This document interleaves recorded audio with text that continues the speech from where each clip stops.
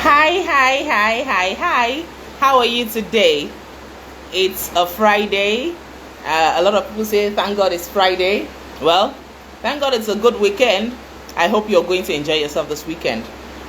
Okay, this is Holistic Edu-Consult, and my name is Olubunmi Mercy Odiaka. Today, we are going to take one of the sessions for this month. This is the first one for this month. We're going to be having this session for 4 weeks, 4 Fridays in this month of July. And this is the first one. And what are we talking about?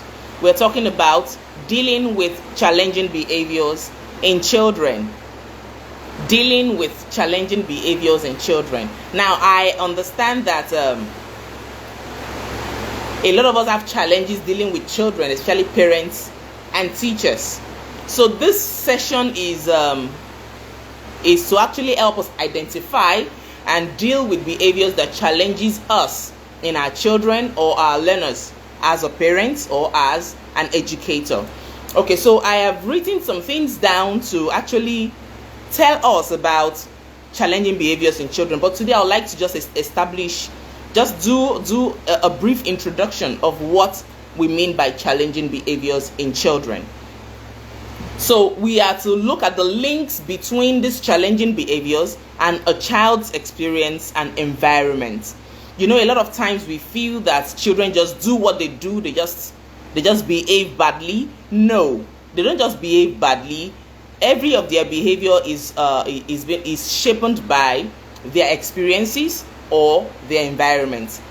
Environment plays a lot of role in how a child behaves, both immediate environment and external environment. That is the home and outside home. They all play a major role in the way a child behaves. Now, I would like to tell you what the dictionary says behavior is, but I would like to focus on what Cambridge Dictionary tells me. It says the behavior is the way someone or something behaves in a particular situation. Now, if you look at that definition, then you will understand that behavior is a communication. It's a communication of need. And challenging behavior since behavior is a communication of need, since communication behavior can help you understand what a child is saying. That means when we have challenging behaviors in children, it means they are trying to communicate something to us. So I want to say that challenging behaviors can be viewed as distress behavior, difficult behaviors that actually put you on your toes as a parent and as a teacher. So what are we looking at today? I would like to lay this background that children do not behave badly deliberately. It is not deliberate. It is not something they just want to do. It is not something they just wake up one morning and say, I want to behave this way. The truth is they have their own convictions too. They believe that what I am doing is the right thing. Why do they feel it's the right thing? They feel it's the right thing because their environment tells them so, or their past experiences tells them that is the right thing to do. For example, children who have experienced war before, children who have experienced the death of a loved one or family member or one of the parents or both parents or even friends, you don't expect them to behave the same way children who have not lost anyone behaves. Children who feel unloved, you don't expect them to behave the same way children who feel loved behave. Their behavior would definitely differ. Definitely. So children do not behave badly deliberately. They behave the way they do because their environment has shaped them that way, and their experiences play a major role in the way they behave. Now, often these children can't speak how they feel, or they cannot really express themselves properly. They can't really tell you what they feel. They can't really explain properly what they are feeling. So most times their behavior is their means of communication. For example, as a parent or as a teacher, you see that your student is all of a sudden just withdrawn. Your student that happens to be a vibrant student, an outspoken one, all of a sudden becomes withdrawn, becomes an introvert, then something is wrong. That child is already communicating to you through his or her behavior. That child is already telling you there is something going on with me. He or she may not be able to express him or herself the right way, but you as a parent or as a teacher should be able to find out what is going on once you see any change in behavior in a child. Now, we are talking about a child who is actually outspoken, and one that is not outspoken all of a sudden started talking, or the one outspoken all of a sudden just become withdrawn. You know that the child is trying to communicate something to you, that something is wrong somewhere. Now, how you will handle this as a teacher or as a parent play a major role. It is very, very important the way you handle it. Don't just shout them down or talk to them as if their opinions do not matter, or talk to them as if they are not thinking, or talk to them as if they don't know what they are doing. No. There is a way you talk to children who have challenging behaviors, because those challenging behaviors do not just fall on them. It doesn't just happen. Environment happen to them, experiences happen to them, trauma happen to them. So I wrote here that I know that children behavior that you cannot manage can make you feel incompetent, and sometimes you feel helpless. That's the truth. As a parent, once you can manage some behaviors in your children, you feel frustrated. As a teacher, once you can manage any kind of behavior in your learners, you become frustrated, or you maybe not frustrated at times, but sometimes you feel helpless. Sometimes you feel you're not doing enough. Sometimes you feel I've tried my best. That is all I can do. Those are different reactions from teachers and parents. But the truth is, your feelings are normal. They are valid as a parent and as a teacher. But how you manage these feelings and how you react to these learners' behaviors make a big difference. How you react to this learner's behavior, how you react to this children's behavior will make a big difference. What do I mean? As a teacher, as a parent, if you see behavior as a means of communication, you will react to it differently. Let me say that again. As a parent or as a teacher, if you see behavior as a means of communication from these children, then you will handle it differently. You will react to it in a different manner. Now, these behaviors can be very difficult to cope with. I know that. And they can occur anywhere, at home, in school, anywhere at all. They can occur. For example, a child who has experienced, let me use this example. A child who in his immediate environment, at home, some of us grew up that way. There is a big bowl of food in front of you, and you have 7 of you seated there. You know that nobody can dip hand first. It's not possible. Nobody can dip hand in that food first. So everybody must dig in at the same time. We know that, right? Some of you that had that experience, you would understand what I'm saying. That bowl of food, nobody can put hand in there except everybody is ready. And once everybody is ready, it's like there is a whistle being blown that start eating. You need to see the way we swallow. The way we swallow hot food. We swallow it as if the food is warm.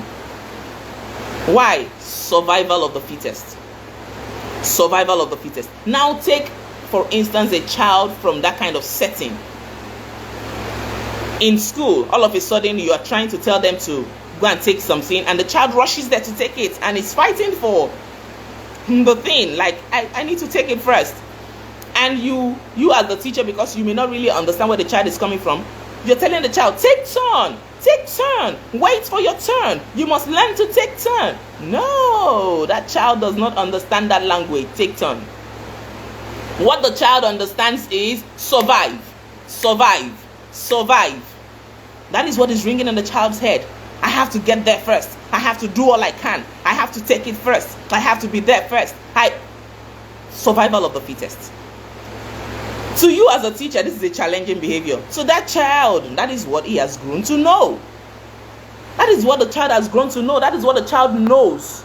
So you can't really fault that child. What do you do in that situation? I think I'll leave you as a parent or as a teacher to maybe send me a DM, send me a message. Let me know what you would do in that kind of situation as a parent or as a teacher. maybe you as a parent, I know you already know your child, but let's assume you do not know your child as much as you think you do, and you go out and everybody's saying, let's take this, let's take turn, and your child just try to just maneuver his way and just go in and take it sharp, and you are wondering what is wrong with this child. How do you handle it? Do you shout at the child? Do you drag the child back? Do you tell the child, stay here and take your turn?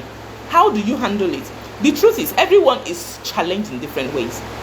Some teachers are challenged too. Some parents are. There are some things that happen that actually triggers memory in you, triggers a particular memory in you that actually changes your mood.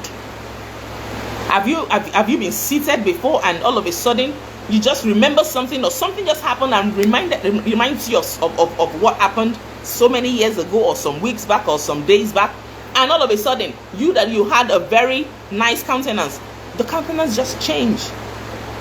What happened? Something triggered that behavior. Something triggered that countenance. So that is the same way it is for children.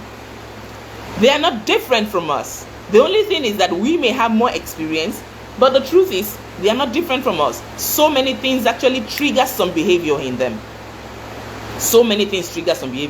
About I think 3 days or 4 days ago, I was on Facebook and I was reading from a page that belonged to I think a parents and teachers group on Facebook, and a person was asking a question. I guess the person is a teacher.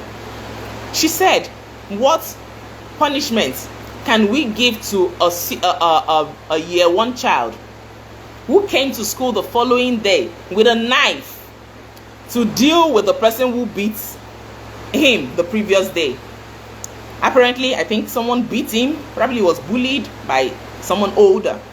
Yeah, from the narration, I think it was someone older. So someone older actually beat him, and there was nothing he could do. The following day, he came with knife to school to actually deal with that person that beat him. And the teacher is asking, or the supposed teacher is asking, what kind of punishment can we give that child? I was surprised, but I was very happy at the same time that I could see at least 2 to 3 comments that was asking what happened to that child. Because you can't fault that child for bringing knife to school. If the child grew up in an environment where violence is the answer, you don't tell that child he has done something wrong all of a sudden. It can't be sudden like that. You need to dig deep to understand why that child behaved the way he behaved. Why did you bring this knife to school? What actually led to this? If the child has been bullied, and actually the parent has been telling him, maybe somebody slapped him today, and he cried to the parents, oh, this person slapped me. And the parent said, what is wrong with you, a fool? Come on, go and slap your own back. Such a child is already seeing retaliation as the right thing to do. So if that child comes to school with a knife, before we can talk about the punishment, because there are consequences for every action, definitely that child will face the consequence of his action. But the first thing first, which is what led to this. How did this child at the age of 5 or 6, year one should be between age 5 and 6, think of bringing knife to deal with a person who beat him the previous day because he couldn't handle the person physically? Those are the things we should think about. So before you can deal with a behavior, you must understand what actually leads to a behavior. What actually brought about that behavior in that child? What triggered that behavior? What is the trigger for such behavior in a child? I hope with this little time I've been able to lay the foundation for you to understand that challenging behaviors in children is not just because they want to do it. They are not doing it deliberately. There is an undertone. Their environment, immediate and extended environment, their experiences. These are the things that actually shape on the behavior of a child. So as a parent and as a teacher, you must understand that there is a reason, or there are reasons behind every reaction from a child. I am going to end it here today. Next week, we're going to look at how the children react and the reason they react the way they react, and possible way out of all of these behaviors, how you as a parent or as a teacher can help them. I hope I've been able to educate you today. I hope I've been able to inspire you today. I hope I've been able to convince you today that children behave the way they do, not because they want to, but because those behaviors are shaped by their environment and their experiences. So stop shouting at those children. Stop shouting them down. And don't forget your assignment that I just gave you. I told you to send me a DM or send it to any of our Facebook page or what Instagram page or on YouTube. Go there, Holistic Edu-Consult. Let me know how you react to that child. That child that everybody in the house eats from the same bowl, so he understands survival of the fittest, and all of a sudden in school, he just rushes to take things. He fights for things because he wants to take it first. He doesn't want to take the leftover. He doesn't want remnant. He wants to take fast, survival of the fittest. How do you handle such child? Do you shout him down? Do you tell him what to do? How do you do it? How do you go about it? I want to hear from you. I will be in my DM waiting for your response. Thank you so much for joining me today. I can see you all. Thank you so much. God bless you. Please remember, as you learn, before you can grow with that knowledge, you must apply it. Apply everything you learn. Although I tell people to make sure you find out if what is being said is true. If it is true, then apply them. Apply them. Don't just swallow every information hook, line, and sinker. No. Make your own research as well. Then apply everything you learn. Everything. Apply them. If you don't apply them, you have not learned at all. Thank you so much for joining me today once again. My name is Olubunmi Mercy Odiaka, and this is Holistic Edu-Consult. Remember to follow us on Facebook, on Instagram, and on YouTube at Holistic Edu-Consult. Thank you so much. Do have a beautiful weekend. Bye.